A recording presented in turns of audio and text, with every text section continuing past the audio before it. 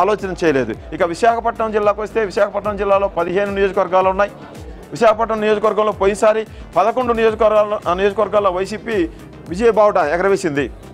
కేవలం Vizag south, Vizag north, Vizag east, Vizag west సిటీలో ఉన్న 4 నియోజకవర్గాలకు మాత్రమే టీడీపీ గెలుచుకుంది.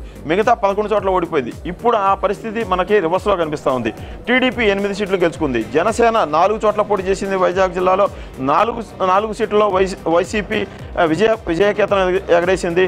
15 సీట్లో పోటీ చేసిన వైసీపీ కేవలం 2 సీట్లకే పరిమితమైంది. అది కూడా అరకు ప్రాంతంలో రిజర్వ్డ్ స్థానాలకు మాత్రమే పరిమితం అయిపోయింది. బీజేపీ ఒక సీటుకు పోటీ చేసింది. బీజేపీ ఒక సీటుకు పోటీ చేసింది. అది వైజాగ్ నార్త్ విష్ణుకుమార్ రాజు అక్కడ గతంలో ఆయన బీజేపీ టీడీపీ కూటమిలో గెలిచారు. మళ్ళీ అదే సీట్ నుంచి ఆయన పోటీ చేశారు. అంతకుముందు ఆ సీట్లో టీడీపీ అభ్యర్థిగా పోటీ చేసిన గంటా శ్రీనివాసరావు 900 ఓట్లు స్వల్ప ఓట్లతో గెలిచారు. ఇప్పుడు అదే సీట్ నుంచి మళ్ళీ బీజేపీ అక్కడ గెలిచిన పరిస్థితి కనిపిస్తూ ఉంది. అంటే మొన్నటి ఎన్నికల్లో 2019 ఎన్నికల్లో 11 సీట్లు వైసీపీకి ఇచ్చిన విశాఖపట్నం జిల్లా ఈసారి ఆ పార్టీని 2 సీట్లకే పరిమితం చేసింది. టీడీపీకి 8 సీట్లు ఇచ్చింది. జనసేనకు 4 సీట్లు ఇచ్చింది. ఆ పార్టీ కూటమిలో ఉన్న బీజేపీకి 1 సీట్లు ఇచ్చింది. ఇక్కడ కూడా మంత్రి గుడివాడ అమర్నాథ్ ఘోరంగా ఓడిపోతున్నారు. ఆయన అనకాపల్లి నుంచి ఎమ్మెల్యే గెలిచారు. ఆయనకి ఒక దశలో సీటే లేదన్నారు.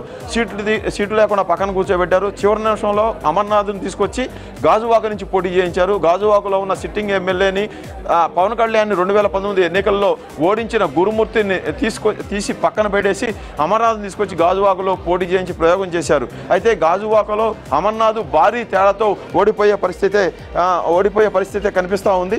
అక్కడ కూడా ఆయన భారీ తేడాతో ఉన్నారు. అలాగే అదే జిల్లాలో మాడుగుల నుంచి డిప్యూటీ సీఎంగా జగన్ క్యాబినెట్లో ప్రాతినిధ్యం వహించిన బూడి ముత్యాల నాయుడిని మాడుగుల నుంచి ఆయన తీసుకొచ్చి అనకాపల్లి ఎంపీగా పోటీ చేయించారు.